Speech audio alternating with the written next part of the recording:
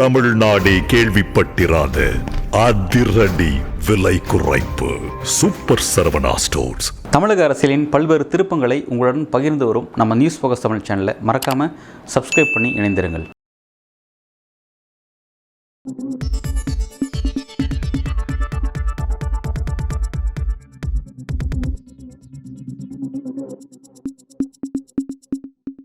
வணக்கம். மூத்த பத்திரிகையாளர் திரு தரசு ஷியாம் அவர்களுடன் இன்றைக்கு நம்ம அரசியல் பேசுவோம். சார் வணக்கம். வணக்கம் அன்பு sir, BLA booth level agents AIADMK இருக்கு, திமுக இருக்கு பார்க்க முடியுது. தாவேக்காக்கு அது எந்த அளவுக்கு இருக்கு? அவங்க எங்க கிரவுண்ட்ல இருக்கு? நீங்க ஊர் பகுதியில இருந்து என்ன செய்திகள் வருது? தாவேக்காவுடைய பிஎல்ஏ இல்லாத ரெண்டு கட்சி எதுன்னு பாத்தீங்கன்னா, ஒண்ணு காங்கிரஸ், இன்னொன்னு தாவேகா. காங்கிரஸ் எங்க இருக்கு? ஒண்ணும் கிடையாதுங்க, சும்மாங்க. பிஜேபியே ரொம்ப கம்மியா இருக்கு. சென்னையில மட்டும் கொஞ்சம் இருக்குன்னாங்க. ஊர்கள் எல்லாம் பிஜேபியே கிடையாது. பூத் கமிட்டி போட்டோம்னா அவங்க வேற ஏதோ பால் பூத்து சொல்றாங்க போல இருக்கு. எங்கெங்க பூத் கமிட்டி இருந்தா தாங்க ஓடி போயிடுவாங்க. ஏங்க நீங்க ஒரு 800 வாக்காளர்கள் இல்ல 1000 வாக்காளர் 500 வாக்காளருக்கு ஒரு பூத் கமிட்டி போடுவீங்க. அதுல 4 பேர் 5 பேர் இருப்பான். சில இதுல 10 பேர் கூட இருக்கான். பூத் கமிட்டி போட்டிருந்தா இவ்வளவு பெரிய வேலை நடக்கும்போது அவன் ஓடி போயிருக்க மாட்டானா? பிஜேபி எங்க ஓடி வந்திருக்கு? காங்கிரஸ் எங்க ஓடி வந்திருக்கு? தாவேகா எங்க ஓடி வந்திருக்கு? அதிமுகவும் திமுகவும் தான் பதைப்பதைப்போட இருக்கு.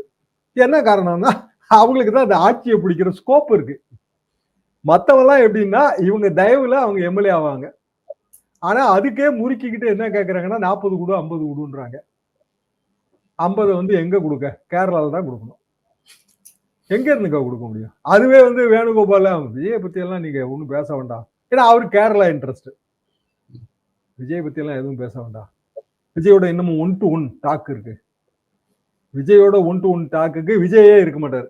அவர் எங்க இருக்காரு? ஆபீஸ்ல இருக்க, இல்லைன்னா வீட்டுல இருப்பேன்றாரு. இந்த 2 இடத்த தவிர வேற எங்கேயுமே இருக்க மாட்டேங்கிறாங்க. கேள்வி இயல்பா வருது இல்ல? அப்படிதான் சொல்றாரு.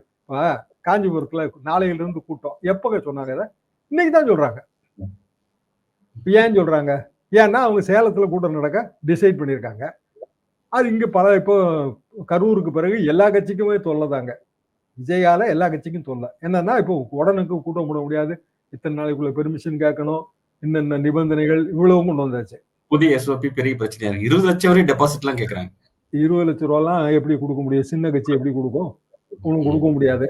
அப்ப அது இன்னும் மாபெரும் குழப்பமா தான் இருக்கும்.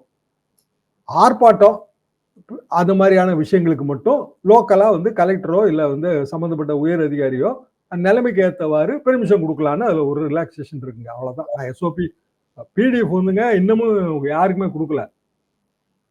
கட்சிகளுக்கு எல்லாம் கொடுத்தா பிடிஎஃப் கொடுத்தா குழம்பிடணும் கவர்மெண்ட் சொல்லுது கோர்ட்ல.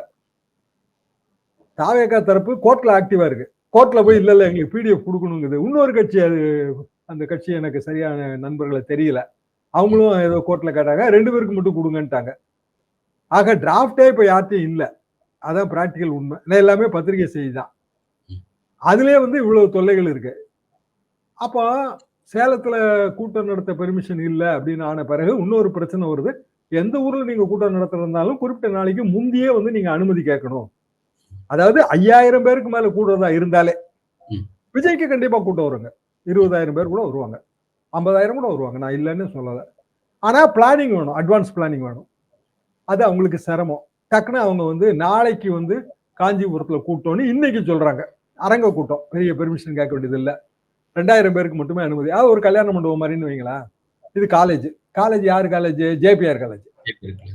ஜேபிஆர் மரும எங்க இருக்காரு? விஜய் கட்சியில இருக்காரு. ஜேபிஆர் யாரு? அவர் அதிமுக, பழைய அதிமுக. ஜேபிஆர் யாருக்கு முதல்ல கொம்பு சீவி விட்டாரு? பாக்கியராஜுக்கு. அப்ப தின இதழ்னு ஒரு பத்திரிக்கைங்க. அது ஜேபிஆரோட பத்திரிக்கை. கலர்ல வரும், டெய்லி பேப்பர் கலர். முதல்ல அடிச்சதுங்க அது 1983 84. நாங்களாம் அண்ணா தாய் வளாகம், எம்ஜிஆர் பத்திரிக்கை. இப்போ ஒரு 4-5 பில்டிங் தான் ஜேபிஆர் பத்திரிக்கை. எப்படிடா இது இவ்வளவு செலவு பண்ணி நடத்த முடியும்? ரொம்ப லாஸ் வருமே. அப்போ அவரு வடசென்னை மாவட்ட தலைவரோ என்னமோ தாங்க அதிமுக. இந்த காலேஜ் போக்குவரத்து எல்லாம் ஒண்ணும் கிடையாது. எப்படிடா அவருன்னா நம்ம ஆசிரியர் வலம்புரிஜாண்ணா. அவர் ஏற்கனவே ரொம்ப கிண்டலாவும் கேலியாவும் ரொம்ப படித்தவர், மெத்த படித்தவர், வார்த்தை சித்தர். அது ஒண்ணும் இல்லைங்க. நம்ம ஆபீஸ்ல இருந்து 4 பில்டிங் தள்ளி நாங்க இருக்கோம். பெரிய பட்டாளமா இருக்கும். நம்ம ஆபீஸ்ல இருந்து ஈவினிங் போறாங்கல்ல, டீ குடிக்க அங்க அப்படி வெளியில போவாங்கல்ல, அங்க யாரையாவது ஒருத்தனை உள்ள கூப்பிட்டு எப்பா டீ ஏன் செலவு குடிச்சுக்க, இந்த ப்ரூஃப் மட்டும் பார்த்து கொடுத்துட்டு போயிருன்னு வேலை வாங்கிடுவாருங்க அவரு. அப்புறம் எப்படிங்க செலவு வரும்? நம்ம சம்பளம் கொடுத்து வேலைக்கு ஆள் வச்சிருக்கோம். அங்க வந்து டீக்கே வந்து சரி டீயை குடிச்சிட்டு அப்படியே 2 ப்ரூஃப் திருத்தி கொடுக்கறதுல எனக்கு என்ன கஷ்டம் இருக்குன்னு அவன் நினைக்கிறான். இதெல்லாம் நம்ம எங்க போய் சொல்ல முடியும்? விடுங்க, அது அவரு நம்ம கட்சி தானே, இப்படி சொல்லுவாருங்க. அவர் உண்மையை சொல்லுவாரா கிண்டலா சொல்லுவாரா தெரியாது. ஆனா இதுதான் நிலவரம். அப்புறம் அதிமுக பிளவுபட்டது 88. 88ல வந்து இவர் யாருக்கு ரொம்ப பெரிய அளவுக்கு கும்பிசி விட்டாருன்னா பாக்யராஜ். பாக்யராஜ் இப்ப டாப் ஹீரோ. டாப் ஹீரோனா வெரி டாப். அப்போ நான் திரைச்சுவைன்னு சினிமா பத்திரிகை வச்சிருந்தோம். அதுல ஜெயபாரதின்னு ஒருத்தர், அவர் குடிசைங்கிற படம்லாம் எடுத்து கலைப்படம்லாம் எடுத்து ரொம்ப நல்ல டைரக்டருங்க. ஒரு சினிமா பத்திரிகை பேர் என்ன sir? Thiraichuvai. Thiraichuvai. Okay. Thiraichuvai. Taste of cinema. நல்ல 1 லட்சம் காப்பிலாம் அடிச்ச பத்திரிகைங்க. அப்ப வந்து பாக்யராஜ் படம் ஒண்ணு, அவரு தேநீர் அப்படின்னு ஒரு படங்க. அது வந்து டி செல்வராஜ்னு ஒரு பெரிய ரைட்டருங்க. அவர் சாகித்ய அகாடமியில வின் பண்ணியிருக்காரு. அவரோட நாவல் டி எஸ்டேட்டோட ஒர்க்கர்ஸ் படுற கஷ்டம், அதை படமாக்கிடலான்னு இந்த விஜயபாரதி நண்பர்கள்லாம் முடிவு பண்ணி, பாக்யராஜ் அப்போ வந்து ஒரு ஆக்ஷன் ஹீரோவா வரல, அவரை வந்து காக்கி சட்டை காக்கி பேண்டை போட்டு விட்டு தொழிலாளர் இதாக்கி ஒரு படம் எடுத்து ஒரு 8000 அடியோ 10,000 அடியோ வளர்த்து வச்சுட்டாங்க. எல்லாரும் ஃப்ரெண்ட்ஸா சேர்ந்து படம் போட்டுங்க. அப்புறம் பாக்யராஜுக்கு படங்கள்லாம் மாறிடுச்சு, தூரல் நின்று போச்சு, அது இதுன்னு படம் வந்து அவர் ஆக்ஷன் ஹீரோவா மாறிட்டார். கம்சூத்த ஆரம்பிச்சிட்டாரு. கம்சூத்த ஆரம்பிச்ச பிறகு அவர் எப்படி வந்து இந்த போராட்டத்துக்கு காக்கி சட்டை போடுவார் யோசிச்சு பாருங்க. அவர் வரல, படம் நின்றுச்சு. அப்ப இவர் என்கிட்ட சொன்னாரு, சரிங்க இந்த படம் வந்து நம்ம வேணா நம்ம எடுத்து பண்ணுவோம் அப்படின்னு சொல்லி. ஆனா அந்த தேநீர்னு படம் வச்சா சரியா, அதுக்கு முதல்ல வச்ச தலைப்பு என்னன்னா, நாங்க மாத்தி தலைப்பு வாங்க டீ சாப்பிடலாம்னு வச்சோம். இப்படி எல்லாம் தலைப்பு வைக்க கூடாதுங்கன்னா அப்ப பெரிய எதிர்ப்பு. இப்ப பாத்தீங்கன்னா அப்படி தலைப்பு நிறைய வந்துருச்சு. அப்புறம் சரி அது வேண்டாம்னு சொல்லி ஊமை ஜனங்கள், த டம் பீப்புள்னு அதுக்கு இங்கிலீஷ் சப்டைட்டில் வேற. எப்போ 1982-83. அப்புறம் சரின்னு சொல்லி பாக்யராஜ்கிட்ட பேசுவோம். ஏன்னா பத்திரிகை கையில இருக்க, நான் அப்போ வந்து நல்ல பாப்புலர் ஆசிரியர். அவரு சொன்னாரு, இதெல்லாம் சரியா வராதுங்க. ஏங்க வராதுன்னு கேட்டேன். ஒரு சினிமா நடிகனுக்கு ரசிகர்களும் இமேஜும் முக்கியங்க. அந்த இமேஜ் வந்து என்னோட இமேஜ் வேற மாதிரி ஆயிப்போச்சு. இப்ப நான் வந்து காக்கி பேண்ட் காக்கி சட்டை போட்டுட்டு இப்ப நான் அப்படி சொன்னேன், நான் கம்பு சூத்திர இமேஜ் வச்சிருக்கேன், சிலம்ப கம்பு. காக்கி சட்டை காக்கி பேண்ட் போட்டுக்கிட்டு நான் நடிச்சா என் ரசிகர்கள் ஏத்துக்க மாட்டாங்க, படம் ஒரு ஷோ தாங்க ஓடுனாரு. என்னங்க இப்படி சொல்றீங்க, நீங்க இவ்வளவு பெரிய ஆளு, தாவணி கனவுலாம் வந்திருக்கு, பெரிய ஆளு, நீங்க நடிச்சு கொடுக்கணும்னு. நீங்க ஏதோ செலவு பண்ணிருக்கீங்க, நான் அதுல பாதி கொடுத்துட்றேன், இதோட இது முடிச்சிருங்க, இது தேரவே தேராதுன்னு டக்குன்னு சொல்லிட்டாரு. அப்பதான் அதுக்கு பிறகுதான் பூர்ணிமா பாக்யராஜ் கல்யாணம்லாம் நடக்குங்க இங்க குசலாம்பாள் கல்யாணம்ல. என்னடா அப்படி சொல்லிட்டாரா, சரி இதை விட்டுறக்கூடாதுரா தொட்டதை அப்படின்னு சொல்லி, ரைட்டு பாக்யராஜ் கேரக்டர் அதோட முடிப்போம்னு சொல்லி, அதுக்கு பிறகு சரத் பாபு ஒரு மகனாக்கி, அந்த மகன் வந்து தொழிலாளர் தலைவனா எப்படி மாறுறான்னு பார்த்து படத்தை அப்படியே கொண்டு வந்துட்டோங்க. கொண்டு வந்தோடனே பாக்யராஜ் இமேஜுக்கு படம் வித்துருச்சு.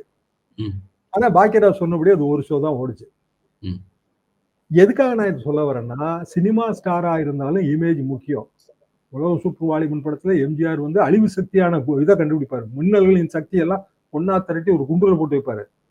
ஆனா அந்த குண்டை டெமான்ஸ்ட்ரேட் பண்ணும்போது அவரு சுட மாட்டாரு, பக்கத்துல இருக்க லதா வச்சுதான் சுட சொல்லுவாரு. ஏன்னா அழிவு சக்தியை அவருக்கு ஹீரோ எப்படி பயன்படுத்துவாரு.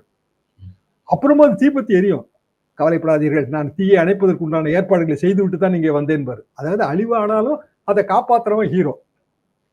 அவ்வளவு தூரம் இமேஜ் கான்சியஸ் அது. அப்பதான் அது வந்து நீங்க அரசியல் தலைவராக உங்களை ஏத்துக்குவாங்க. புரியுது சார். இந்த ஜேபிஆர் விஷயம் வந்து நீங்க பாஜக ஜேபிஆர் வந்து இவர் பாக்யராஜ் கையாண்டுன்னு சொன்னீங்க. ஜேபிஆர் அதான் கொம்பு சிவியதான். நீங்க தாங்க இப்போ இது எம்ஜிஆர் கட்சி சினிமா ஸ்டார் தான் அதை வசீகரமானவர் அப்படி இப்படின்னு அவரு ஜெயலலிதாவோட முட்டல் மோதல் உரசல் எல்லாத்தையும் வளர்த்தாரு, ஏதோ கட்சியெல்லாம் ஆரம்பிச்சாருங்க. வெட்டி செலவு தான். அதுக்கு பிறகு வந்து இறங்க மோகம். எதுக்காக நான் சொல்ல வரேன்னாங்க, நிறைய பேர் நிறைய விதமா யூஸ் பண்ணுவாங்க சினிமா ஸ்டார்ஸ். இப்ப ஜேபிஆர் ஃபேமிலியில இருந்தா யாரோ வந்து விஜய் வந்து பயன்படுத்துறாரு, அது நல்லா தெரியுதுங்க. காஞ்சிபுரம் காலேஜ்னாலும் பிராக்டிகலா காஞ்சிபுரம் சொல்றாங்க, சென்னை அவுட்ஸ்கட்ஸ், அது சென்னையோட நகர்ப்புற வெளிநகர் பகுதியில இருக்கு.